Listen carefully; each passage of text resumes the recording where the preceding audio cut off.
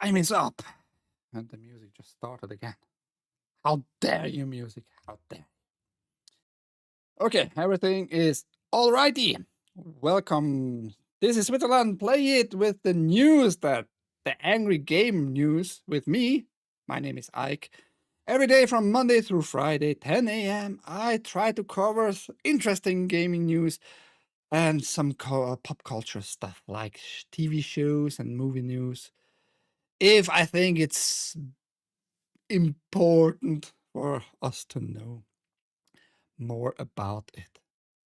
Ahoy, Arch my junk. And yeah, let's get into it. I have not a lot of news, but I have two bigger articles. I want to take a deeper look into it.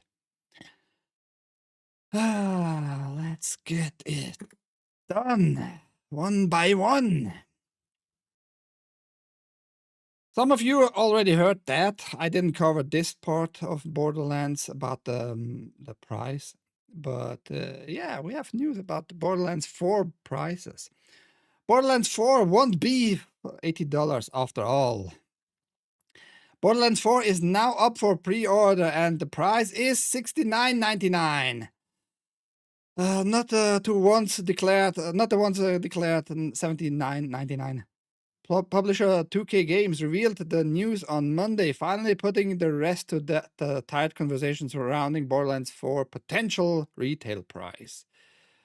So it was news like a week ago, a little bit longer than a week ago, especially because the CEO of Gearbox put out this tweet and many were pissed, and rightfully so, because he said in that tweet, in that X post, A, not my call about the price influence there, if it's going to be 70 or 80 bucks, etc.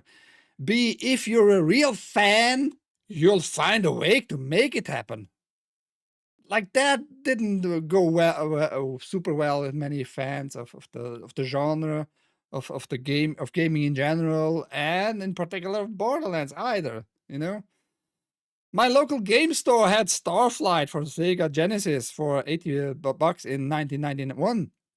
When I was just out of high school working minimum wage at an ice cream parlor in Pismo Beach, and I found a way to make it happen. Yeah, Randy, I think they wanted to do it $80 games. I'm pretty sure about that, actually. Pismo on him, yeah.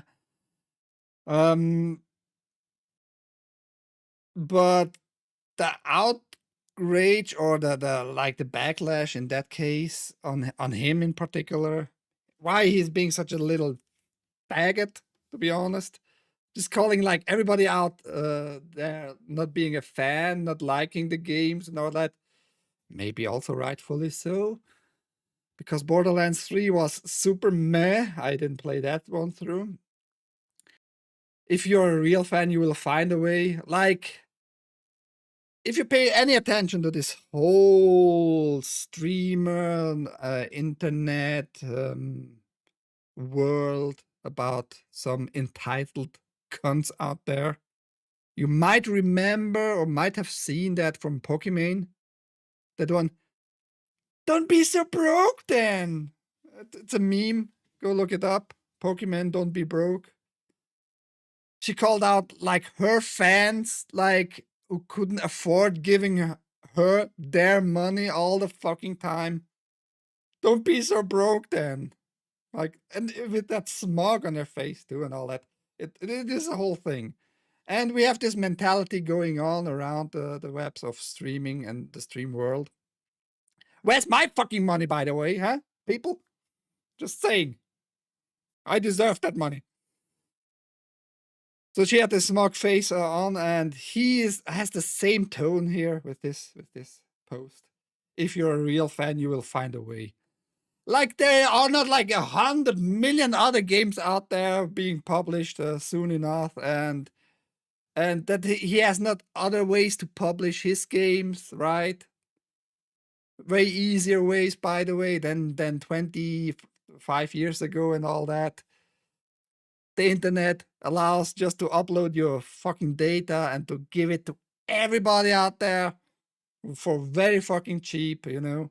The distribution has changed completely. You don't need to print it on media anymore. You don't have to make cartridges anymore. You don't need to distribute it from one van, put it in a van, drive the van down from the central distribution center to the Walmart there, Walmart here, Walmart to the north, and all that shit, to the Best Buy in Arizona, to a fucking Walmart in Minnesota, and all that shit. So shut your fucking mouth. And he got a backlash, and I think they went back to the olderish price point of $70, which is still a lot in my opinion for a game that might be already dead on arrival. Which you might have seen me talking about. There may be woke agenda in this one too. So there is that. So it didn't go super well, it seems, and they went back to the $70. And yeah, I think that's a win for the gamers in general. And hopefully it's gonna remain this way. And hopefully they're gonna be called out every time they say stupid shit like that. Don't be so broke. Don't be so broke. Why isn't there a Walmart there? That's what I want to know. Yeah. I like money though. I like money though too. What can I say? Who doesn't like money? It's very convenient to have money. Just say.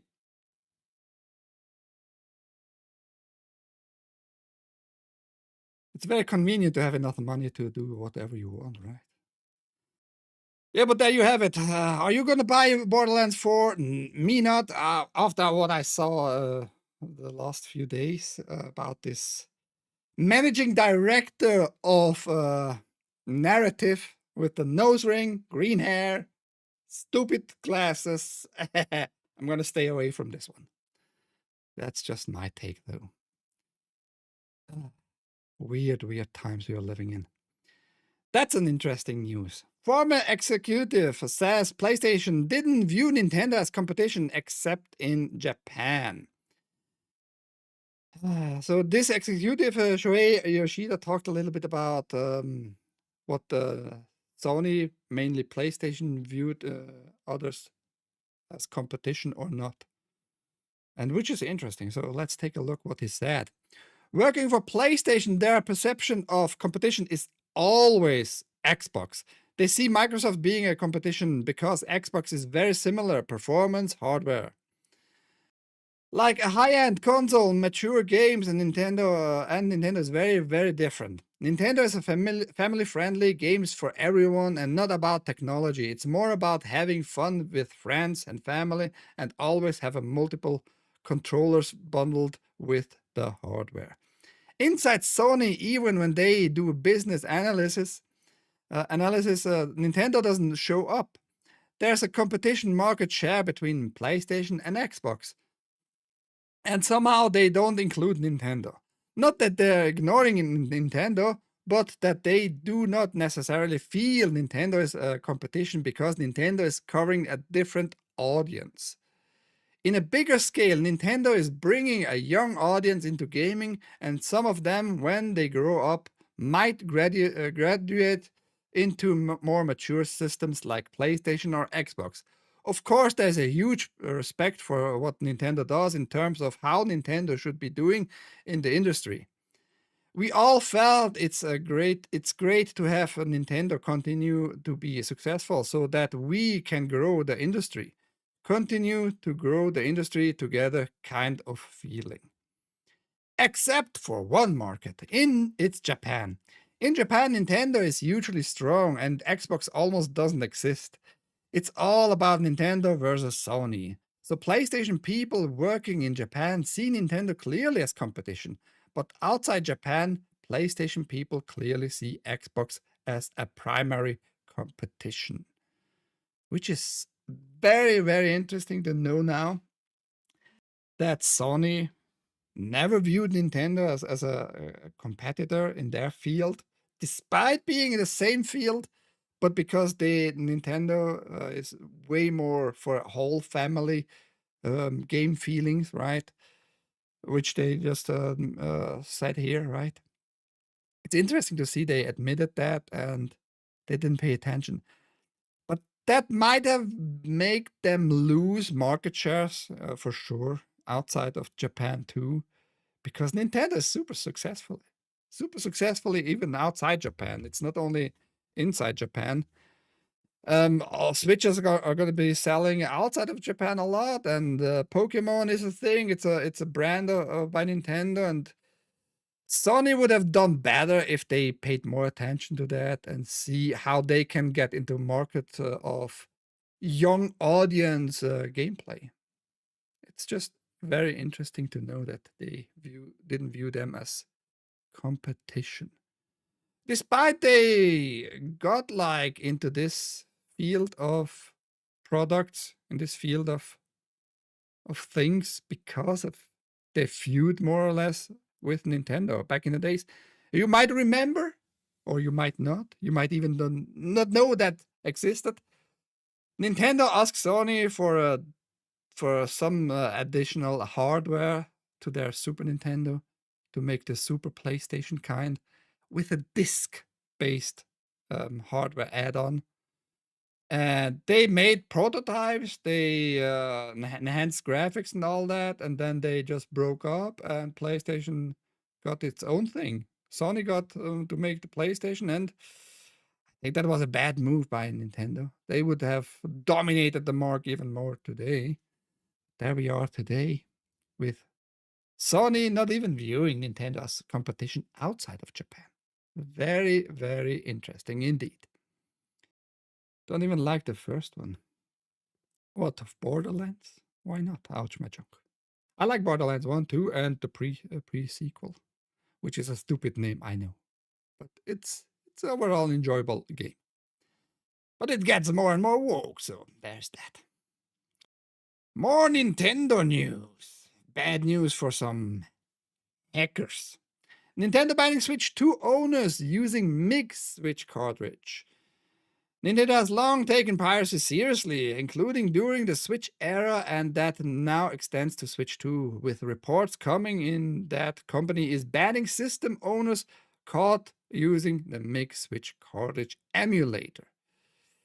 Yeah, Nintendo is very, very protective about their stuff. So protective, even they claim stuff they don't own outside of their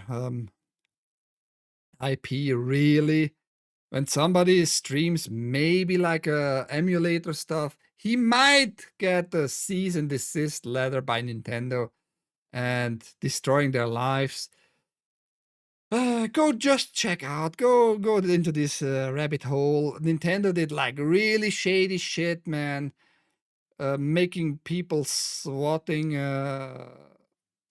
being swatted and getting into jail because they did stuff Nintendo absolutely did not like with their own hardware, which is Nintendo's becoming a Disney of the gaming world, pretty much. Actually, I don't have the link right here. I should have prepared it.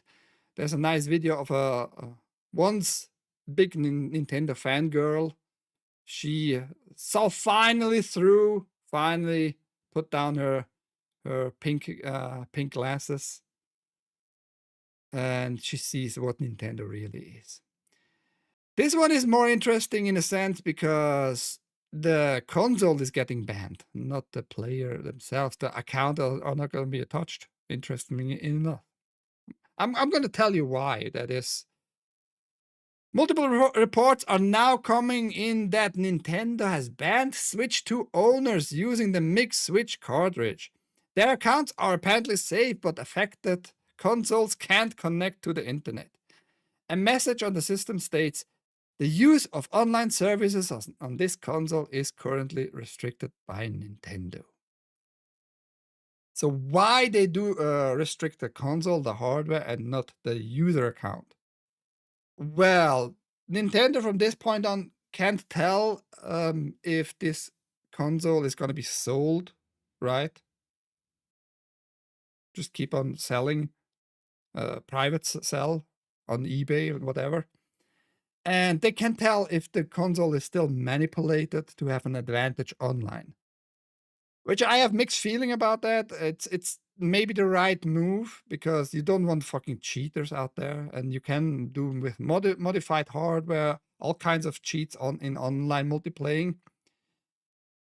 So the console is being banned, but not the account. So I don't know how to feel about that, but it might be the only way to remove cheaters in one sense. I'm not sure. But yes, we're getting reports already. We are not even fully 2 weeks into the launch of the Nintendo Switch 2. And we get already kind of hacked hardware consoles with this mixed switch cartridge, and they can get banned from online services. Very, very interesting. Let's just observe and see what is going to come up next, right? In Canada, it's PlayStation and Xbox. I'd say Nintendo is barely on the radar. And maybe not, maybe still a lot of Switch owners are in Canada too, just playing online Mario Kart, right?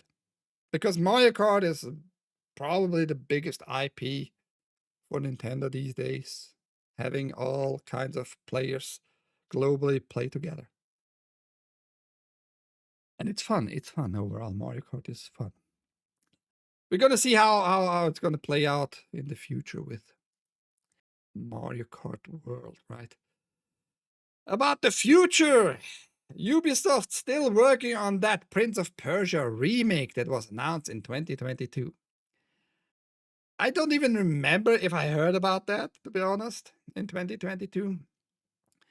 There was a remake announced for Prince of Persia, The Sands of Time, which I love. It's a great game.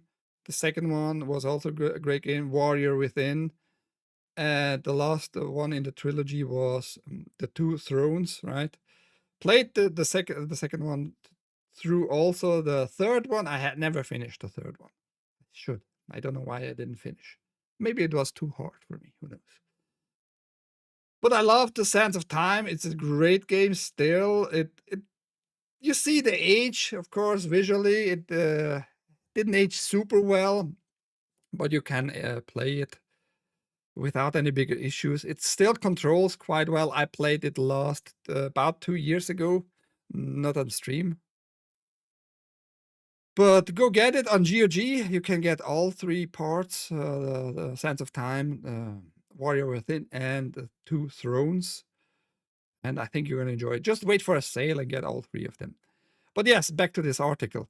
2020 was announced, this remake of it, and I saw like the trailer of it. It looks fine visually, but I don't like the word remake in that regard. I would like a remaster, meaning just visually change it, upgrade it to new visuals, make the edges rounded, make more polygons, better texture and all that. Maybe refine the controls for today's controller and feel hardware wise. So back in 2022, it was announced. 2020, not 22, was announced, and they gave us a promise. The today's Ubisoft Montreal, they took over again of this project because they gave it away to Ubisoft Mumbai and Ubisoft Pune. And they didn't do a lot, it seems, of work, and it went back to the Montreal studio, and they promised us they are still on it. Don't worry, it's going to come out. In the meantime, we had, by the way, not had, but we have 2 other Prince of Persia going on. We had this short Rasta looking Prince of Persia woke guy in the Crown named one. I don't care. It looks horrible. It might play well, but it really looks woke as fuck. And this other one is a roguelike Prince of Persia, the roguelike Prince of Persia. It's a drawn one. It looks interesting, but it also looks super cheap. This one is in early access for $25 on Steam. It's a lot of money in my opinion for a game that looks like that. And early access is going to be released in August this year. For I don't know, maybe like $40. A big price, probably. But don't worry, they are going to release this one, the Sands of Time remake. I hope it's going to be good. I am skeptical though. Yep, we are still deep in the game, exploring, building, and ensuring the sands move with purpose. And we get a dagger emote and the hourglass, because that's what you see in the first cutscene. This game is being crafted by a team that truly cares. They're pouring their hearts and a lot of coffee into every step. Thank you for sticking with us. Heart emote. Ah. While development continues behind the scene, there's another adventure waiting for you right now, the Rogue Prince of Persia. Fast, stylish, and built with the same dedication. If it's the same dedication, it's gonna be dead on arrival, though, because it doesn't look like it has a lot of dedication into that game. But that's again just me. Yeah, Ubisoft has destroyed my trust in them completely because they had a lot of big names in the gaming realm, and they destroyed their own IPs a lot.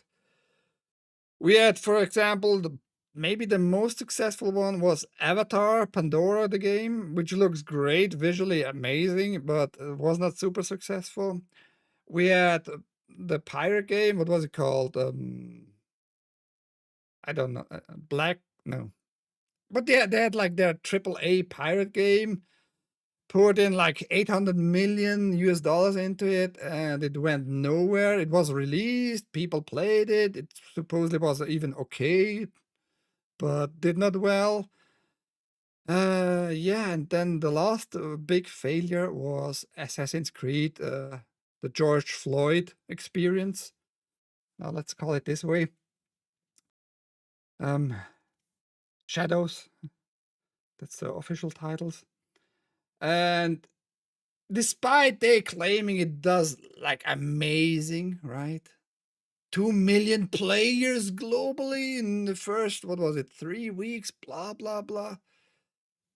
Nobody cares. It was a flop. Otherwise, you would report other numbers, other real numbers that show that the success was there. We could like point out to Steam databases about the concurrent player base and all that. We all don't have those numbers looking very, very good at all. So that was the last big failure. They lost billions and billions on the fucking revenue, just making like tons and tons of expensive games, and they all going nowhere.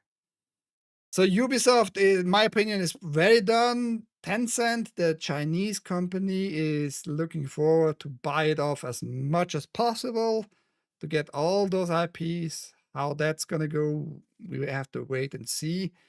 But I think Ubisoft is not coming back with that Ubisoft we all have known and loved. It's an old company. It's what is it? Almost 4 decades old, more or less. And yeah, they destroyed it with their woke, stupid agendas. But yeah, that might be good, but it's not gonna save them. No matter how good this will be, this remake, it's not gonna save them. That's again just me. About me, by the way, down in the video description, you have all the articles linked, and every day from Monday through Friday, 10 a.m., I'm reporting on news I find interesting, news that might be overlooked and overshadowed by more woke crap. I try to keep my eyes on more issues at the same time. So, where are my people at? Go join every day, 10 a.m., the chat, and talk about the issues of this gaming world. How about that? Yeah.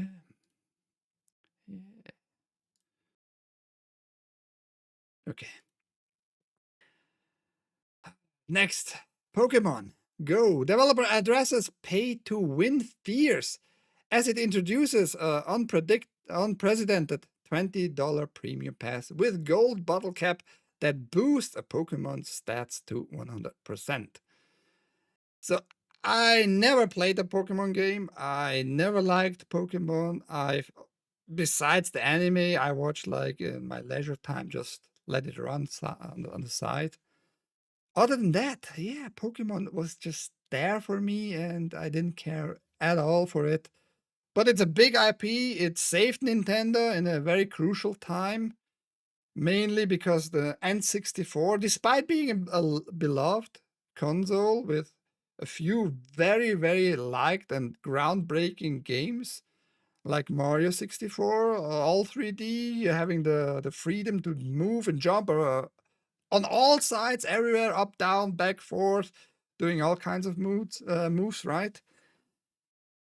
N64 did not super well in sales. It was liked, but it didn't do super well in sales. Also, it was way more expensive to produce the cartridges and all that, which played a role in the whole thing about Nintendo's almost downfall. And Pokemon actually saved Nintendo's ass just having an income of money. Because the Pokemon players of the games and the collectors of the cards didn't really care for the consoles and all that, but they bought cards over and over again to get this shiny super Pokemon, whatever. I don't know a lot about Pokemon, but yes, we got now a premium pass for some strange boost out there. And some people have the suspicious that's gonna mix up the market and the findings of monsters because your monster is gonna be more powerful than people who don't put money into this game. Which, surprise, surprise, every free-to-play game is gonna be free to win. Pay to win, not free to win. Pay to win in the end. They just announced and launched like this new premium pass, $20. It's a lot. You're gonna get a cap, it seems, and you're gonna boost your Pokemon to have like the stats boosted to 100% more. And the more powerful it is, your monster already, it's gonna get just destroying all other monsters, right? Just making the game for you easier, very simple. Well, as in the main series of Pokemon games, it hit smartphone spin-off Pokemon Go is set to offer gold bottle caps, rare items that will let you boost a creature's stats until it becomes perfect 100%, or in Pokemon fan language, a hundo. But these items won't be cheap and seemingly won't be available very often. So you have to be around all the time because they are going to release it. And if you miss it, this opportunity to buy it, you're going to be losing even more often than those who have money and are online all the time. I don't know how to feel about that. It feels to me that in general, though, free-to-play games are always like that. Always. When somebody has money and there's something to buy, a pass like for items or money in a game, it's not gonna go well for you if you just want to play for free. Nothing is for free, right? Speaking of free, Nexusmod is being sold after 24 years by burnt out owner. Yeah, you get like mods for all kinds of games. Most games you can mod, and Nexusmod was like for 1 decade pretty nice for most mods. You could publish pretty much everything on Nexusmod, and nobody cared, right? But with the wokeness globally, it came the wokeness into Nexusmod too.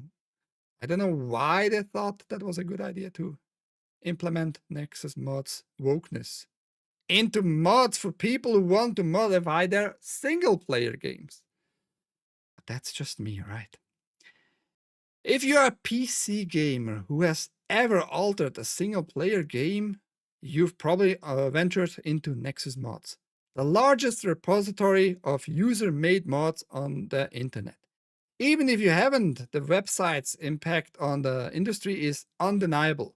Enormous games and franchises, from Skyrim to The Witcher, have tapped users for their own modding efforts on consoles, and some more prominent names have gone on to work at major gaming companies.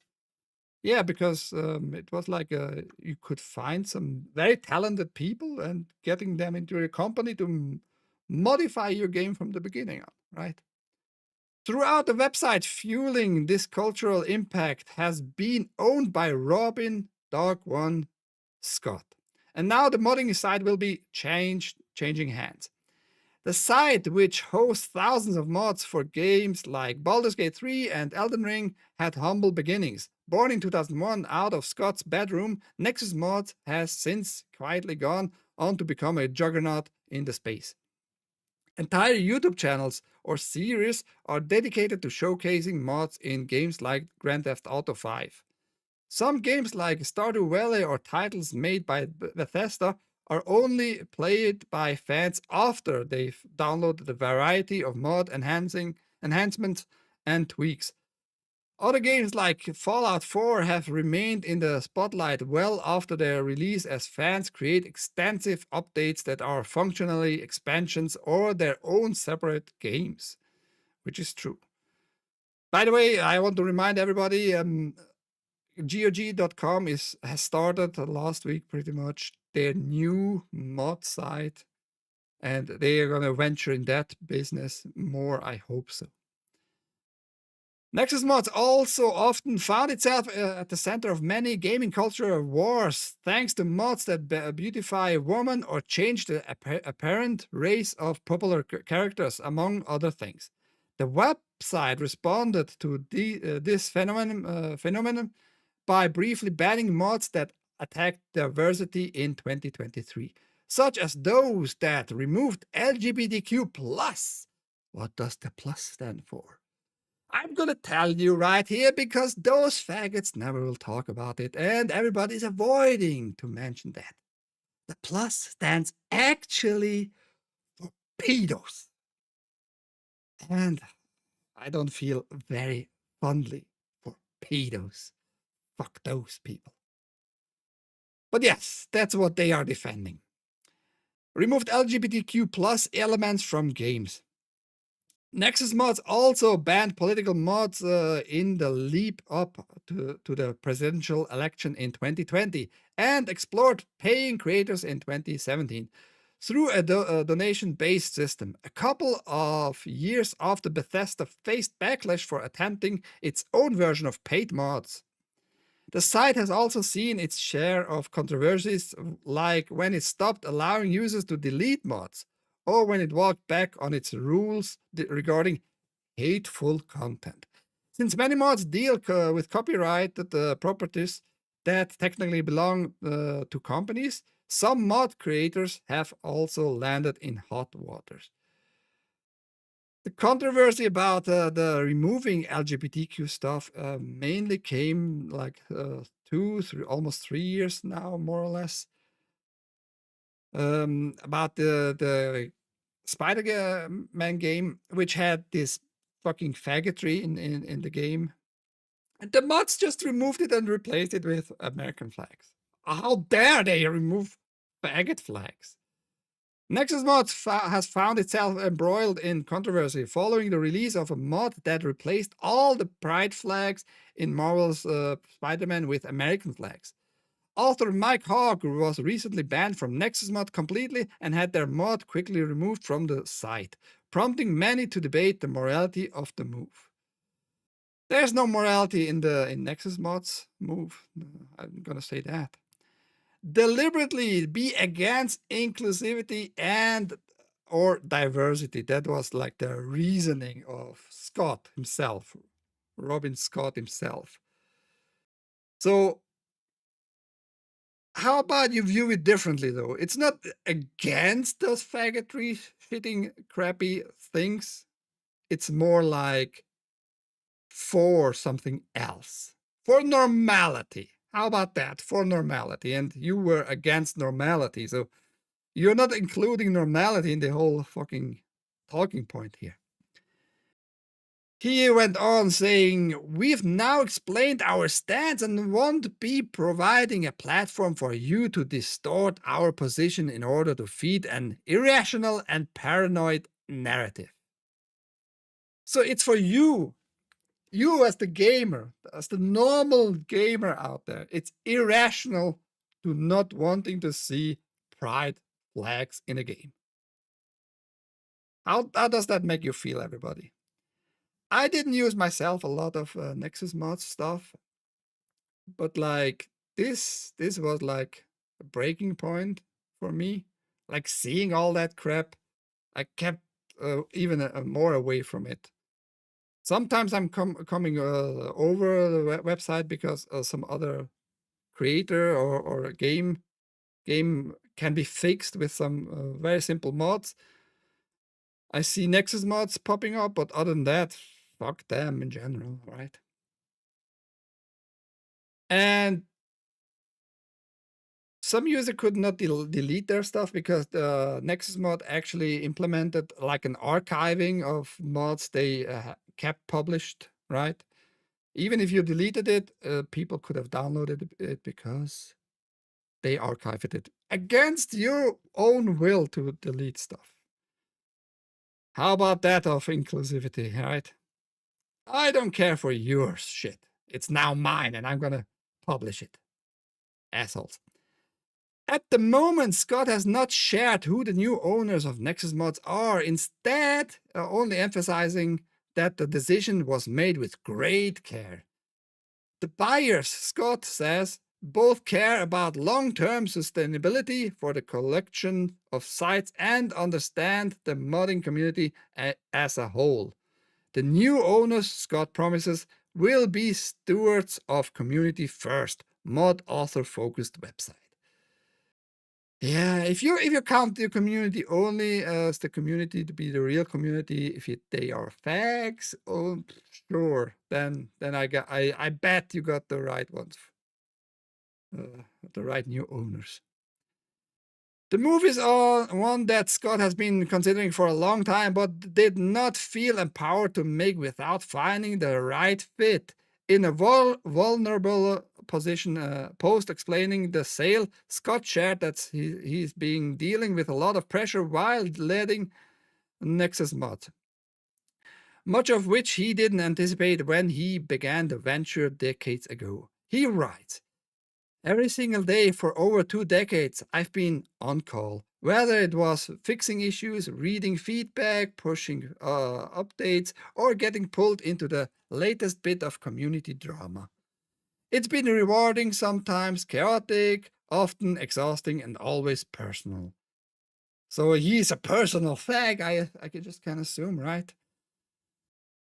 "Somewhere along the way, I forgot to step back and breathe or sleep properly.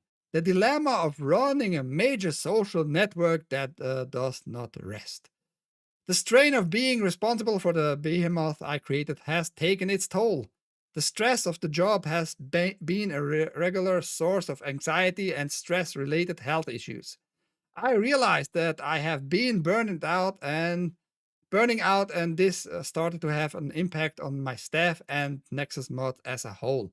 So I firmly believe that the best thing for the future of Nexusmods is for me to step aside and bring new leadership to steer the business forward with renewed energy to make Nexusmods the modding community we all truly deserve. As long as they keep the faggotry on top of everything, right?"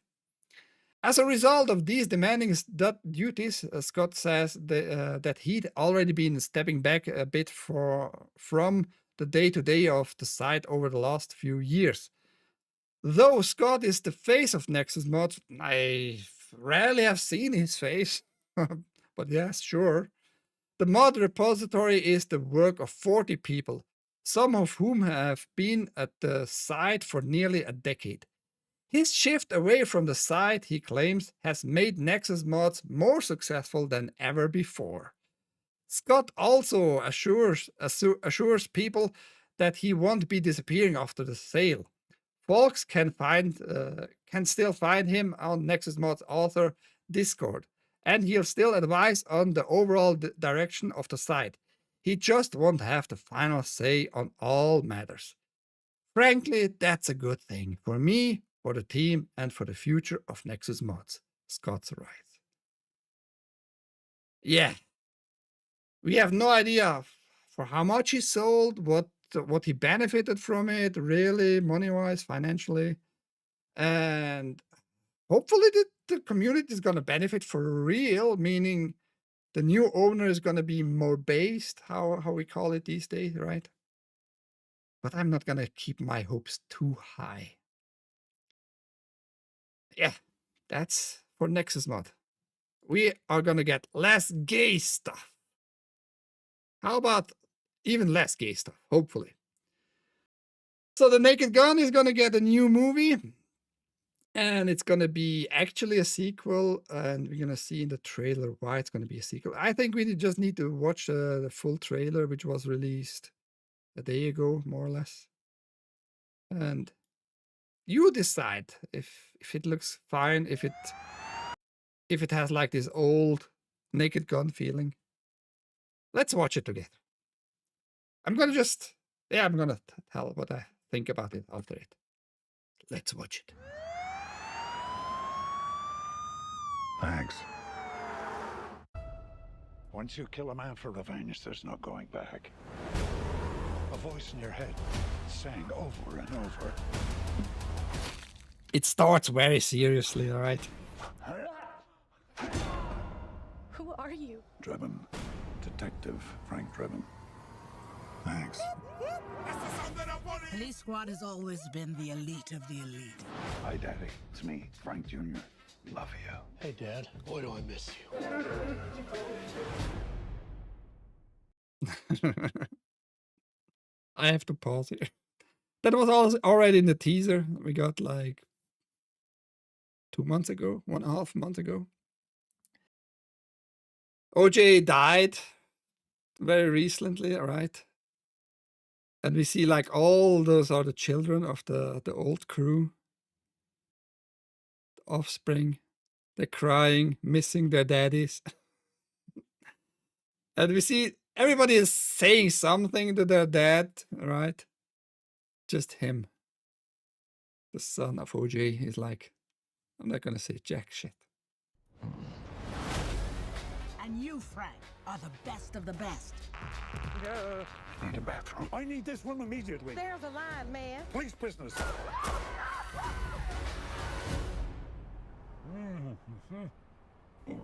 Oh, I'm gonna I don't know how to feel about that. Over here, Lieutenant. I think someone murdered my brother. Please, take a chair. Thank you. That's Pamela Anderson, by the way. I'll find them. This is what I do. Says you served 20 years. Buster Rhymes. Laughter.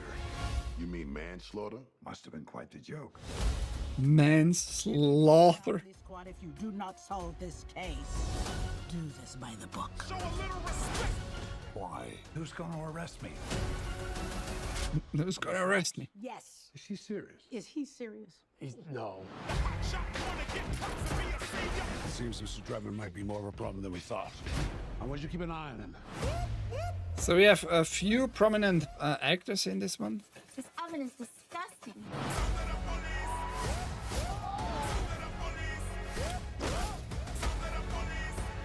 Rest assured, I won't stop until I've found justice.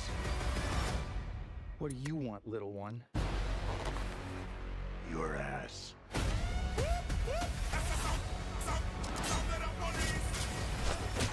Nobody messes with Police Squad. We've upgraded your car with the most advanced crime-fighting tech. Drive forward 30 feet. That's the dangers of electric cars, right? This place is falling apart.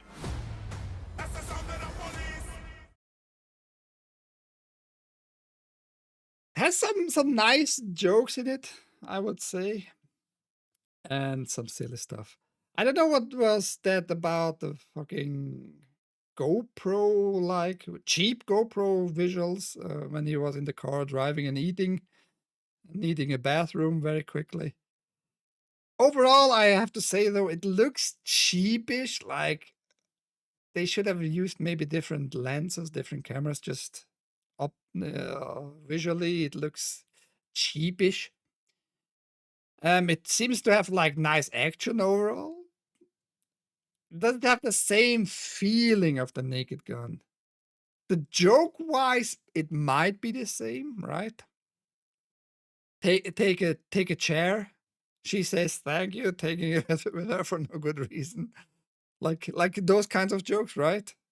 Those are old school Naked Gun jokes. I like that stuff.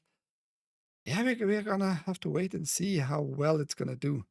I just don't like the cheap look. I don't like the cheap look overall. Other than that, the jokes in this trailer, for the most part, land pretty well, in my opinion. How do you feel about it? That does not seem like a Naked Gun movie. Visually, no, like I said. Ahoy, folksam. Visually, not too much, but joke-wise, like I said, joke-wise, they might do a good job. But we have to wait till it's gonna be released.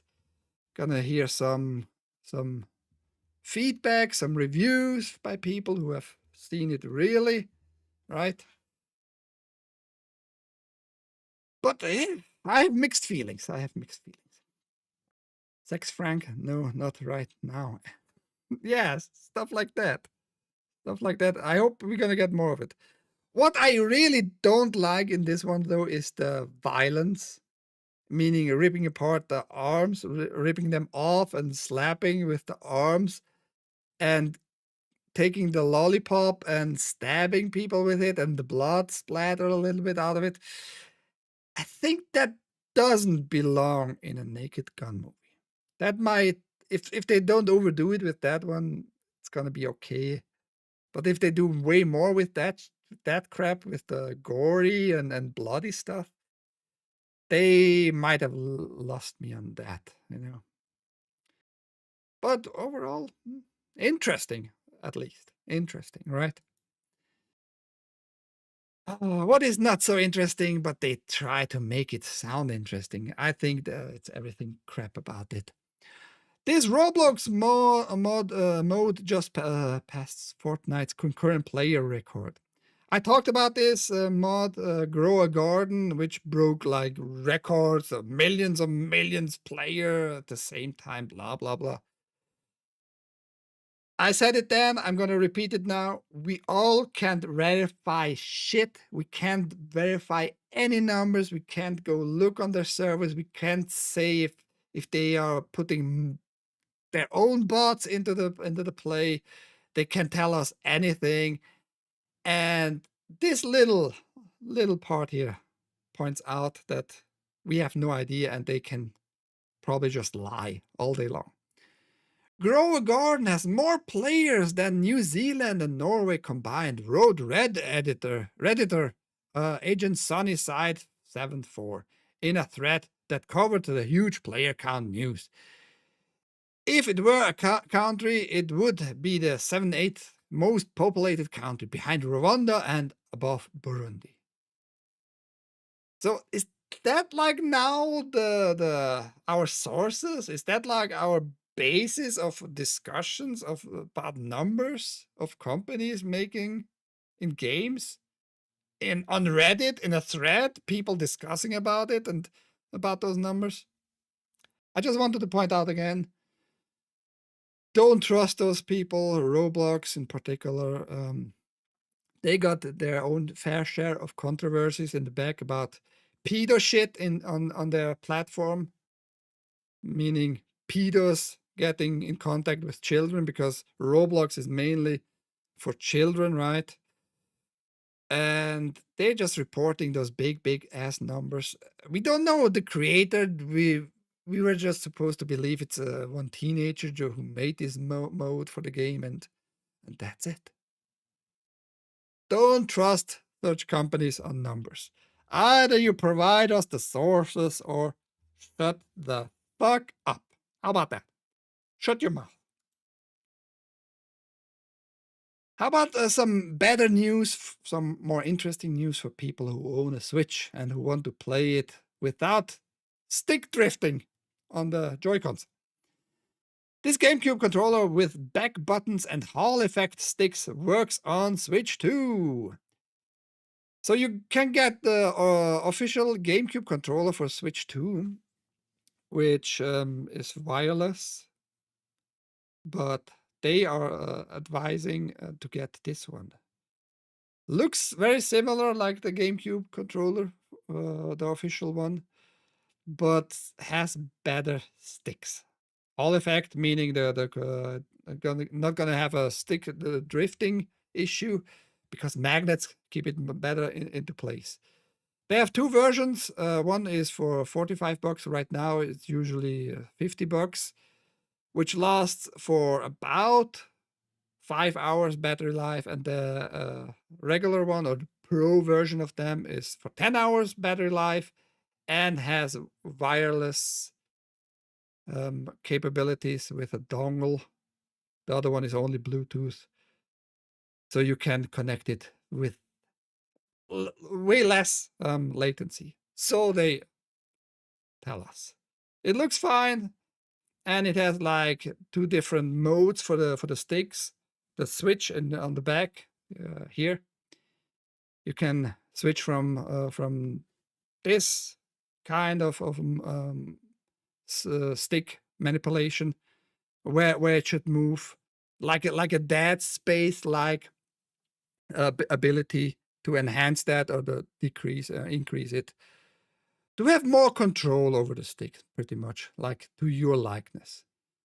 It looks fine. It has the price for the Pro version, the Nixie Warrior version. The other one is the Nixie Warrior Lite. $70. You decide for it. I think it looks fine. I think if you don't want to use the Joy-Cons and you are going to keep it docked anyway, the Switch 2 all the time, you should look forward to such kind of control. Just wanted to point out there's alternatives for it already there. That's not news, that's just my stuff. And the last news for today, I'm gonna invest the rest of the time into this one, which I found super interesting. New hardware for possible Sony handheld devices were just leaked. Specs, pretty much. The first plausible Sony handheld specs leaks emerge, but how capable can it be? Quietly in the background, plausible technical specifications for Sony's next generation handheld have come to light. Bearing in mind that we are likely years away from release, the plausibility of these specs has to be questioned, but at the same time, the source of the leak, Kepler L2, has proven to be a highly reliable source for all sorts of AMD information. He was also first to corroborate the PlayStation 5 Pro spec leaks, and his information turned out to be very, very close to what we received as final hardware. His Sony handheld specs are unusually detailed for a project so far out, but to be fair, they do lack highly important context. The chip at the heart of the machine is built on AMD's next graphics architecture, known by some as UDNA. But nobody quite knows what it is capable of. Therefore, getting a grip on what this machine is capable of will prove challenging. Based on Kepler's information, though, the in-development APU has 16 UDA compute units and 32 ROPs. Similar in configuration terms to the Strix Point processor we'll see this year in the ROG Xbox Ally X, and the plethora of Chinese handhelds built on the existing versions of the same core processor. There are key differences, though, and these could prove crucial. So Kepler is more like just an AMD processor leaking source about the technical specs. And since Xbox and meaning Microsoft and Sony went on with AMD since the PlayStation 4 era. He's probably a very reliable source for those leaks because he already proven he knows beforehand what new processors are going to be released. First of all, as mentioned, the Sony handheld's use of the UDNA architecture gives it a generational leap or two over Strix Point, which is using RDNA 3.5.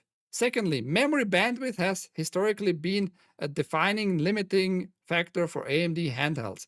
It's one of the key reasons why Steam Deck continues to measure up fairly well against much more modern AMD-based handhelds. According to Kepler's information, Sony attempts to address this with two improvements: faster LP DDR5X memory, meaning 9,600 megatransfers per second versus 8,000 megatransfers per second, along with an additional memory cache on the processor itself. 16 megabyte of MAL, memory access at the last level cache. Somebody is saying hi on Twitch. Hi. This will deliver 1/3 of the existing PS5 bandwidth, but the MAL plus architectural improvements should make a difference. So yeah, getting like more bandwidth on the memory might change like the whole system in general, for sure. And we get like a digital foundry. I haven't watched this whole video. It's pretty long. I think 1.5 hours long. And it's by Digital Foundry, and Digital Foundry is very good with hardware analysis, and go check it out if you want to. I'm gonna maybe watch it later.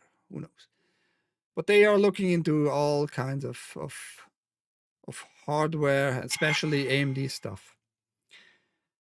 Yeah, I'm watching Twitch, but I'm not gonna read every Twitch chat. Unfortunately, Sony hasn't chosen to use a 256-bit memory interface. The mystery processor described by Kepler uses the same 128-bit interface as current AMD handhelds, but 16 gigabyte of memory is mooted for the handheld. That's the same as Steam Deck, but more patently the same as PlayStation 5. Beyond that, it's suggested that the processor is fabricated on TSMC's 3 nanometers process. That's very expensive for now, but likely to be more affordable for consoles manufactured a few years down the road. Yeah, 3 nanometer is very, very new. It's the pretty much next gen yielding form factor. 3 nanometers, super small. Go look up what the nanometer really is. And it comes in with higher production costs because you have to be very, very insanely amount of preciseness in your edging of the processor yield things, you know. Silicon can get only so far, so small, right? But yes, in a few years, it's going to be more cheaper and more affordable for sure. Let's find out about that in 2-3 years. Maybe it's going to be released, this thing. If this sounds like an amped version of the Z2's Extreme found within the ROG Xbox LAX, Kepler begs to differ, suggesting that the new graphics architecture within the handheld has a way, way, way higher perf CU. The 3 nanometer process should also offer density and efficiency advantages over Z2 Extreme. Combined with further leaks that development PlayStation 5 hardware is receiving a mod with reduced bandwidth. The implication is that the game makers will be able to unify their PS5 game development to support the new handheld and start work on this sooner than rather later, using existing console dev kits.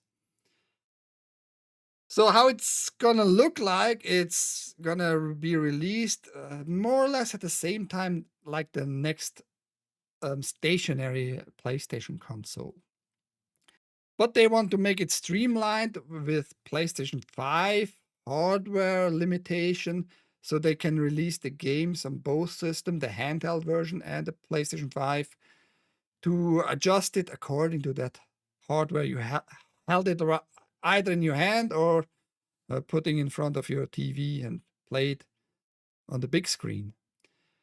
Let's see how that's going to go. But it's going to be like at least 2 years from now on till we get like real information about that. There's another benefit for this handheld over all others. The UDNA architecture said to be an unification of AMD CDNA and RDNA graphics, though Kepler refers to it as just CDNA 5, should in theory be the only handheld using Radeon graphics to support AI upscaling, such as FSR4 or Sony's homegrown alternative PSSR.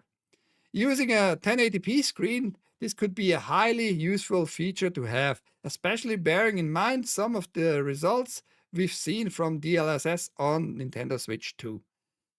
Right now, it's extremely difficult to come up with any kind of projected performance level for the handheld, but the mooted reduced bandwidth mode for PS5 dev kits would seem to suggest that Sony's intends to the handheld to run current generation software almost certainly at lower resolution and or lower frame rates. Yeah, so you make the game already now, and later you just can port it right away to this new handheld to have more income, more revenue income there. This sounds somewhat like Sony's own take on the Series S. The difference being that we'd expect to see the handheld arrive in close proximity to Sony's actual next generation console, the PlayStation 6. You'd imagine that the platform holder would also be looking at the handheld to run variants of PS6 software too. This may sound optimistic, but PS6 will be using the same architecture, leaning heavily into machine learning features, which the handheld should support. So the handheld might be like a mixture of PS5 and PS6, like in between somewhere. Kind of, it reminded me of the PSP, the PlayStation Portable, which was like visually and performance-wise something in between of PlayStation 1 and PlayStation 2. Having like the visuals of PlayStation 2, but performance-wise leaning in between a lot, right? Oh, Naughty Pirate. Sony named their tech Pisser. I don't know. Why you come to Pisser? I don't think they named their software Pisser. Anyway. Where this leaves the competitive landscape remains unclear. Very unclear. I don't know about that. Could be unclear because Microsoft most likely, it's not absolutely guaranteed, but most likely will not make another Microsoft console for the next generation. So the next generation will be held by Sony with PlayStation 6, and for a few years, most likely with Switch 2, and maybe another new upcoming, I don't know, in 8 years, maybe another Nintendo console. But even with Nintendo, I wouldn't be super sure if they're going to put out another console. Sony has dedicated his energy to another console, that they already said that in the past. Microsoft, probably not so much. That's why Microsoft most likely actually goes along the way of letting other companies figure out hardware-wise. We are just going to make our platform, the Xbox gaming platform, more reliable, being more playable on all kinds of systems. That's why they are leaving it probably the market, producing their own hardware. and giving it for now, for example, to Asus with the ROG LEX and their little brother there. And yeah, just not having the risk of investing too much money, which is bad news probably for AMD or good news, depending on how well the other companies will do. Hi, Dewey. Good to see you too. Where was I? Where the fuck was I? Yeah, Kepler believes that the upcoming Z2 Extreme found within the ROG Xbox LEX will be AMD's last major handheld processor for some time, with nothing using UDNA on the current roadmap. Meanwhile, reports continue to suggest that Microsoft has left the conversation. It will rely on the third-party companies to create devices instead, like the LAX. However, Valve continues to bide its time until an actual generational leap in mobile hardware is available for the potential Steam Deck 2. And there's no reason it couldn't tap into the same AMD technologies as Sony's. Perhaps the UDNA architecture is the way forward. Yeah, I mean, it sounds, if you know a little bit about processors, if you read it like I read it, that seems the way to go. And yes, Steam Deck is overall doing not too shabby, and they might do well with the next generation too, with this same kind of architectural leap with the UDNA AMDs. Meanwhile, based on the remarkable efficiency seen on the Switch 2, I wouldn't count out NVIDIA in delivering a highly potent PC handheld, assuming x86 to ARM CPU performance is on point. Intel too shows promise based on the performance of the Lunar Lake-based chip in the MSI Claw 8 AI Plus. I'm looking forward to see the competitive landscape shift. And the sooner we learn more about the UDNA, the better. After all, it's likely to form the basis of the next generation console hardware created by both Microsoft and Sony. Yeah, like I said, I don't think Microsoft is going to venture too far into that anymore. And therefore, the same technology that Xbox reckons will deliver. The biggest technological leap ever in generation. Yeah, you always claim that shit. Dreamcast 2, I wish. That would be something. Sega just announcing, hey, we are back. Here are a new console. And it is backwards compatible to the Master System. Having like 10 slots and 3 different drives. Somebody should create that monstrosity. Yeah, everybody. I mean, that was for the news. Speaking of the news, the articles themselves, down below, all the articles linked. Go read them for yourself and tell me in the comments if I got something completely wrong and tell me how bad I'm doing stuff and all that. You're free to do it. Every day, 10 a.m., Monday through Friday, I try to cover news, TV, and movie. Hopefully more of the game stuff than the TV and movie. But yes, that was it for today, Tuesday. The Anger Game news. Thank you for being around. I hope you have a great rest of your day. Go say hi to other people too on this platform. I mean, I'm now streaming just as another test on Twitch and Kick too. Let's see how that goes, right? I'm streaming a lower bit rate, by the way. It might look visually a little bit less flashy and crisp and all that, but I try to venture out myself into new field of streaming, getting in contact with other people on other platforms. Because it seems weird, Rumble either has done something way different the past 5 days or something like that. My viewers numbers plumped down completely. My chat is being not as full as it used to be. Maybe I pissed off too many people. Who the fuck knows? Anyway, have a great rest of your day. Thank you for being around. Much appreciated. And let's roll the credits for you because you are here, the viewer. The most important. That's why I'm doing it. Giving you more information. Bye-bye. Ahoy, Gabstat, by the way. And bye.